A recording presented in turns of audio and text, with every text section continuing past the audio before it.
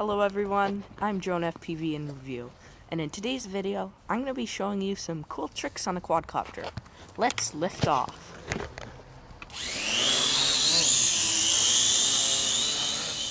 Alright, so I'm going to be going over two tricks today, and the first one is called the funnel. So basically, what you're wanting to do is go into the air and kinda, no!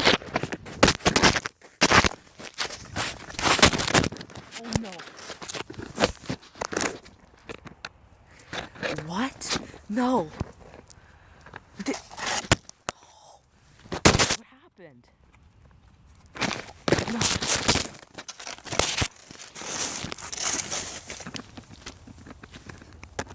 Oh my god. The battery bays are completely flooded with snow. Oh crap. Look at that. Why? Ow.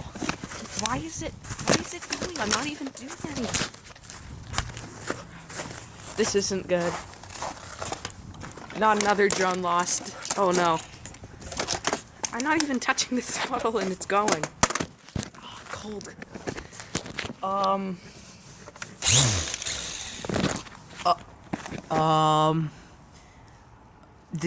The bottom of the propeller bay just totally separated and there's snow everywhere.